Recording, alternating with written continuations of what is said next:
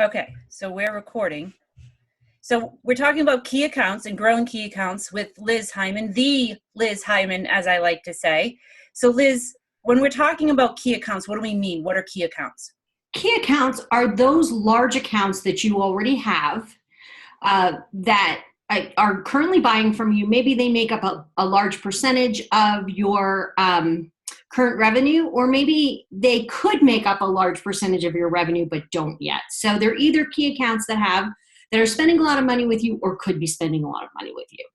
And like you said earlier, this for small companies, this could mean millions. Oh my gosh. So here's the thing, is we as particularly in SaaS, but in other industries as well, we're really focused on new logos. But what we forget is there literally could be millions of dollars sitting on the table with accounts that you already have. And The part that's crazy is the easiest sales you'll ever make is with customers you already have, right? Or with referrals from customers you already have. So like manna from heaven, easy money sitting on the table right there in front of you, and you're looking past it to go running after something that's chasing down the hall, because It still costs more, and even in this day and age, it still costs more to get a new customer than it does to keep a new one or grow a new one. And I don't know what the numbers are now, but for a long time, the numbers were for every dollar you spend growing an existing account, it would cost you $10 to get a new account. Yeah. So I don't know. I'm going to take that as my to-do from this, is I'm going to go, because you know me, I'm a numbers nerd. Yeah, so, go find out what it is now. Yeah, exactly. That would be interesting to find out. So there's a lot of money involved here. It's right there in front of you on the table. So what are some of the key things that we need to do to go after that? I think you had mentioned 3 or 4 things that we need to do. So I like to break it into phases. So phase 1 is do an assessment. What is the current situation? Phase 2 is create a plan.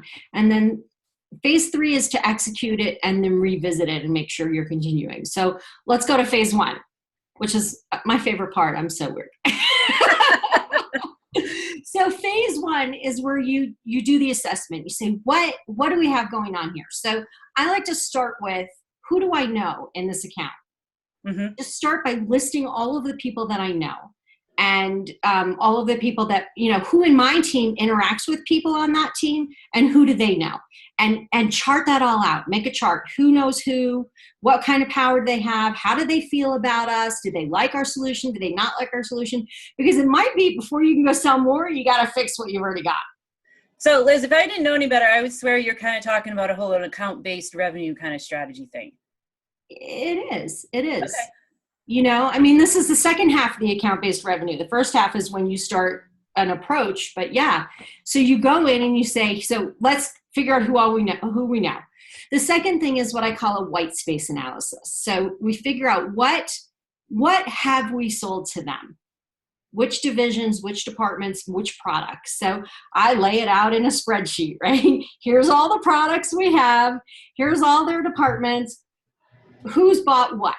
And then you have a pretty good idea of where you stand. So that's your assessment. Pretty simple. And there are actually tools that do white space assessments now. You don't have to do them by hand anymore. And by hand is fun. It's kind of like coloring. I still have a big whiteboard in my office with like a 16-pack of the markers. So yeah, I'm with you there. And a spreadsheet that I could make all different. Yeah, exactly. Some of us. Anyway, so that's the assessment. Really simple. Now we know what's going on. And now you need to create the plan. Right? It sounds so much fun for so many people. This is the exciting part. No, I was being sarcastic. Most people hate this part. They do. They hate the plan part because it takes, they think about it. It's like, it's going to take time. And, how do we know? And how do we know that this is the right approach? And sometimes we get into this perfectionist need to know every little detail before we take action. So what's the balance between that and knowing enough to take action? Well, one of the things I love about a plan is I know that I can always divert from my plan. But at least when I have written the plan out and I divert from it, I know what I'm missing. Right? So if we don't write it down and we just go, oh, I think this is a better idea, I'm going to go for this. You haven't written down and gone, oh, I could go for that, or I could go for the 6 million that's sitting here that, oops, I forgot all about. Mm-hmm. So by writing it down, by seeing the big picture, you can start to make decisions. You can do whatever you want, but at least you've seen it. You've seen what the possibility is. And if you have a team, your whole team knows what the possibility is. Yeah. It's now you can have a conversation about, all right, we are not positioned well with this person, and we need to be, because they can introduce us to all of these other people. But lowly me in customer success, I can't get to that person. So maybe the CEO should call them. Yeah. So we can create a plan that helps us identify what needs to be done and who needs to be doing it. So again, I like to start with what relationships are out there, who do we need to know? Because we've already identified white space, right? So if I want to sell in this place over here, who are my contacts to get me there, and who in my organization can help me? Right. The other thing is we've done a white space analysis, or we've looked at what potential opportunities there are, but they're not all real or good opportunities. So we now need to go find out. We need to list the opportunities that we think are real and go to those people and ask questions like, oh, we have to actually execute on the plan, you mean? Yeah, at some point. So first I need to make the list of questions that I need to ask, right? Mm-hmm. So I lay this out. I figure out which opportunities I think are valid. I figure out what goals I think this customer, what kind of revenue goals I could have. I figure out what other departments or divisions or sister companies I could be working with, and lay it all out. Make my questions, make a plan. If I could get everything that is reasonable out of this account, what's it worth? Mm-hmm. How do I do it? Create an action plan, and then actually, that's right, go out and do it. So who do I know? Who do I have a good relationship with? And I pick up the phone.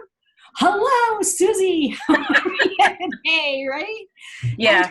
And ask, I was noticing that you guys aren't using such and such. Who in your company would be making that decision? Would you mind making an introduction so I can call over and chat with them, because I really think this would be of value to them?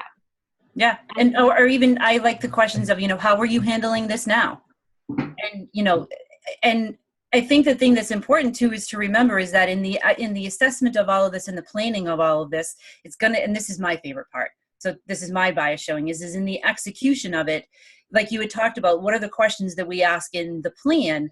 And then how do we execute those questions? Because we always think of how we're going to ask the question, but then when we actually get in the hot seat, then it's, all right, how does it actually come out of our mouths? And so all of this is I think key and important. And so I'm so glad that we did this sales lab today. And I would encourage people to comment and see what questions is it that you're asking in that execution process. How are you assessing which companies and planning that out? And, Liz, you talked about the white space and whiteboard sort of analysis. How are people doing that? So we can continue the conversation online. Thanks so much for joining us, Liz. You have a great day. You too.